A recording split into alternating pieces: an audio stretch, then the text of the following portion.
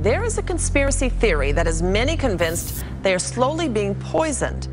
There is a movement growing worldwide by millions who are certain someone is spraying toxic chemicals on all of us. We're joined now by two filmmakers producing The Great Culling. It is a follow-up to What in the World Are They Spraying? Great film on the geoengineering and chemtrail phenomenon. We have it here at the InfoWars store. That is director Paul Wittenberger. And he is joined by first-time filmmaker, right, Chris Maple? That's right. Thanks for coming on, guys. Yeah, thanks for having us. We don't feel like the government is telling us the truth. And every time we discover that they aren't, we are verified that the government is covering up too many things that are really important for us.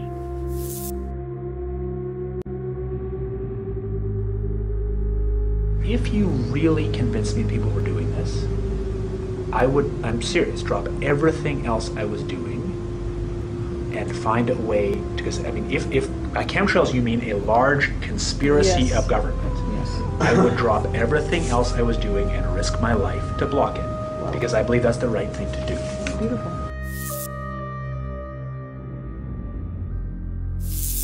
I actually served 4 terms in the House. So after serving 8 years in the House, I went ahead and ran and was elected to the Senate and served 4 years there. I think there are entities around this world that want control very much. Perhaps they would like to not have as much population to deal with. Most of it has to do with money, greed, and power.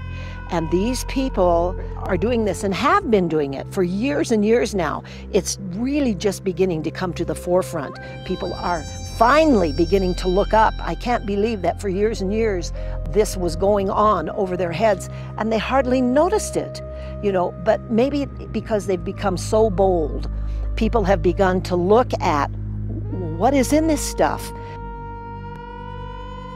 I'm here today to report that each of the 6 rainwater samples I collected contain aluminum. Every single one is contaminated. Shows contamination of the air we breathe with aluminum particles. It's a neurotoxin. Alzheimer's comes to mind. All of these childhood diseases that are burgeoning. I can't think of a worse place for aluminum particles to be located than in the very air we breathe. Can you? Commissioner Delaney. Well, Mr. Chair, maybe that's something that could be presented to Environmental Protection or the committee or... The current program to try to actually change the entire globe's weather and to test how to manipulate the weather systems started in the mid-1990s. That's when suddenly ice crystal trails that had always gone away in seconds, max minutes, began to persist, even at low levels in hot weather or cold weather or at different altitudes. And you'll see trails right beside each other that dissipate, that are ice crystals, next to trails that don't dissipate and turn into huge cloud banks. My name is Rosalind Peterson, and I'm president of the Agriculture Defense Coalition. What I did is that NASA kept saying, well, we have short-lived or we have contrails that persist. They kept saying, but it was all the same type. They pretended like it was all the same type. When I started photographing, I realized that there were different types of jet trails, and they formed different kinds of clouds. They produced different kinds of formations. Their persistence was different. So I began to document what was going on in the skies with this poster. My name is Clifford E. Carnicum, and I live in Santa Fe, New Mexico. You know, let's go through these terms of contrail versus aerosol and whatever and try to make sense of this.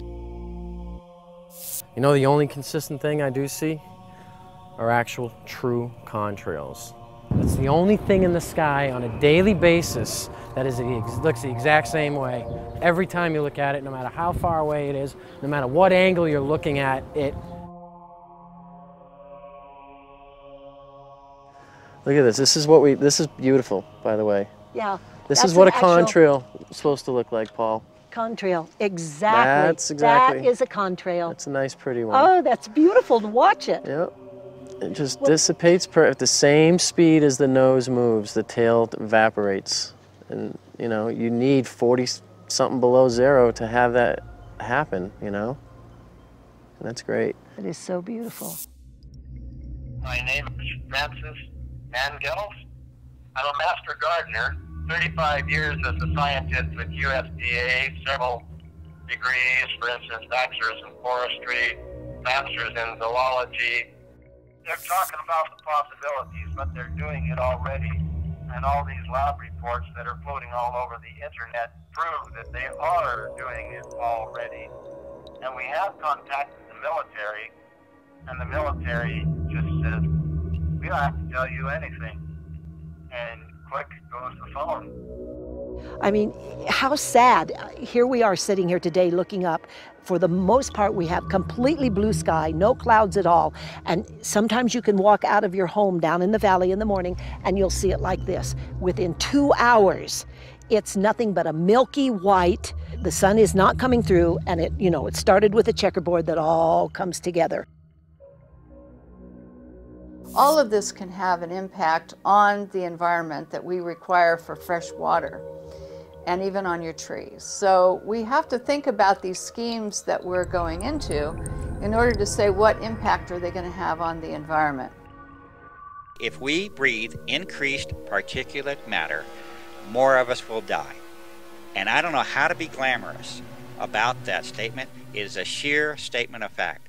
Increased particulate counts in the atmosphere will have a direct influence on mortality, and it will increase it. Again, it's the same thing. Corporate shutout, military shutout, and the response has been that it's all a hoax, that there is no such thing as chemtrailing. Well, they've got rat poison where you feed the rat and it doesn't know until it eats enough. It takes a week to kill it.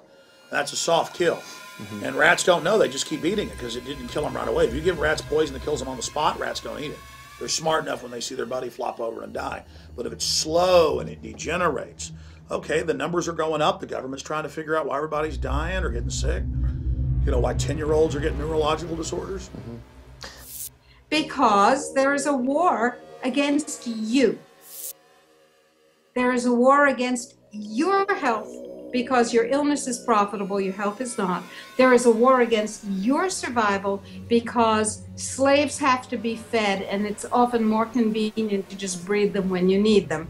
And there is a war against your information flow and your knowledge because the best slave is the slave who believes he is free.